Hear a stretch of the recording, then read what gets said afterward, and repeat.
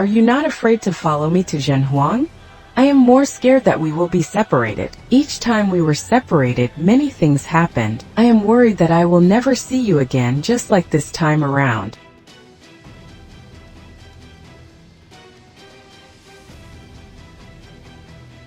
On that day, the situation in the Liang Empire was a complete mess.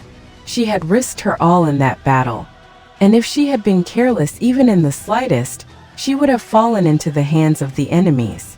During the period when Zhang Ziyu had exerted almost full control over the empire, there were many killings that resulted in a chaotic political situation. After she was appointed as empress, countless assassins attempted to enter the palace. Not only that, but she had to go through that final battle that involved hundreds of thousands of soldiers. Although she did not feel much about the entire incident back when she was engrossed in it, she suddenly felt aghast at the risk that she had taken. Yuwen Yue held her in his embrace, and with a deep voice assured her, "You need not worry about this in the future." Basking in the moonlight, the duo sat quietly for a long time. After returning to his room, Yuwen Yue sat on the bed.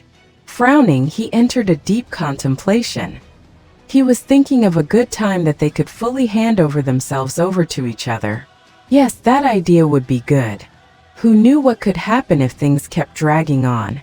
One must ensure that things were perfect and complete, and it was time to confess his feelings completely. In the middle of the night, he suddenly stood up. He felt that today would be a good time. Yuwen Yue had always been a rather meticulous person. Once he decided on something, he would patiently and firmly carry out his plan one step at a time. No matter what happened, he would not change his mind. As such, in the time that followed, he took a shower. After changing, he looked in the mirror. Looking at the mirror, he looked on in admiration at the handsomeness and righteousness of the person in the reflection. After basking in self-satisfaction, he felt a slight nervousness, and as such, he sat down and started to drink some tea. The tea was already cold, as the white porcelain cup was held in his long, lanky fingers. Leaning on the chair, he carefully deliberated the words he would say, and what actions he would take. He thought through every single word, and imagined all kinds of possible responses that could arise. He continued to think of how he should slowly create the mood, while retaining the control of the conversation as though everything was natural. "All right, all is well." After putting down the cup, he stood up and headed to the door. But alas, the moment he was about to push the door open, the door was pushed open by someone. There stood Chu Qiao in her white dress. The orange light from the flames illuminated her petite face in a warm glow. She was holding on a bowl, with warm vapor emanating from the bowl. Looking up at him, her clear eyes observed him, and she felt rather strange as she asked, "It is so late. Where are you planning to go dressed like this? What kind of situation was this?" Yuwen Yue was slightly taken aback. It seemed like this was completely beyond his expectations.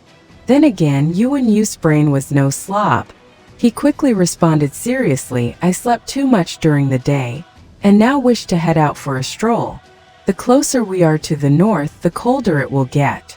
You are wearing so little, it would be best not to run outside too much." Chu Qiao replied to him seriously as she entered the room and placed the bowl on the table while waving to him to come over. "I saw that you did not eat much earlier. Come eat this porridge." Yuwen Yue walked over, and saw that it was a bowl of normal porridge. He looked over and said, "You are planning to impress me with such things?" Chu Qiao glared at him. "Having something to eat would be good enough. Don't be so picky."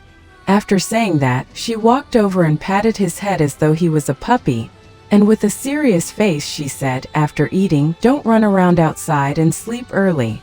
After saying that, she turned around and walked away. Yuwen Yue was stunned. What had just happened? His plan had been disrupted, and yet his target had came up to him. Yet he was about to let her go without any action? What porridge? He stood up and walked out of the door. As this trip was supposed to be a secret, the ship was quite small. As a result, the corridors were rather small and could only allow one person to walk at a time. as the torches shone on his lanky figure. His white shirt seemed so pure and extraordinary under the weak light. He walked really slowly as the ship rocked in the waves. It reminded him of how he stood on the pier by the river in the spring rain, watching as the ship sailed away. It was as though the entire heavens were being shaded, with only the small ember burning beside him, never being extinguished as it caught all his attention, since he had been young until now.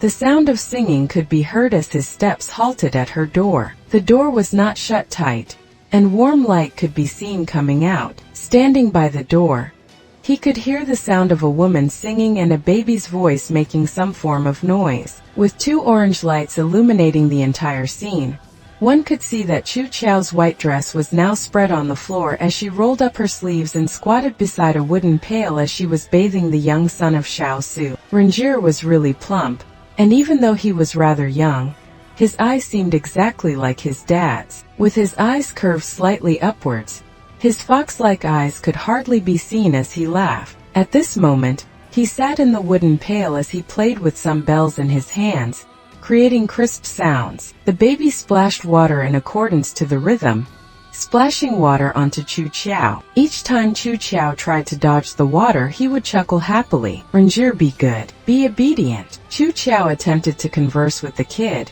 yet the kid completely ignored her and started to wriggle in the bathtub. More than half the water splashed out like a tsunami. Do not be so naughty. Even your dad was not so annoying. Chu Qiao's upper half body was completely drenched. Renjie lifted his head up as he continued to make noise. His plump hands grabbed onto Chu Qiao's clothes and struggled to get out of the tub. His action clearly showed his distaste for bathing.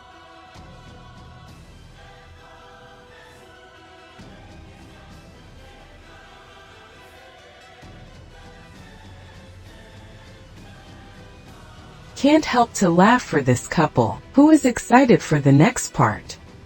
Please don't forget to like and subscribe. Thank you. Continue for the next part.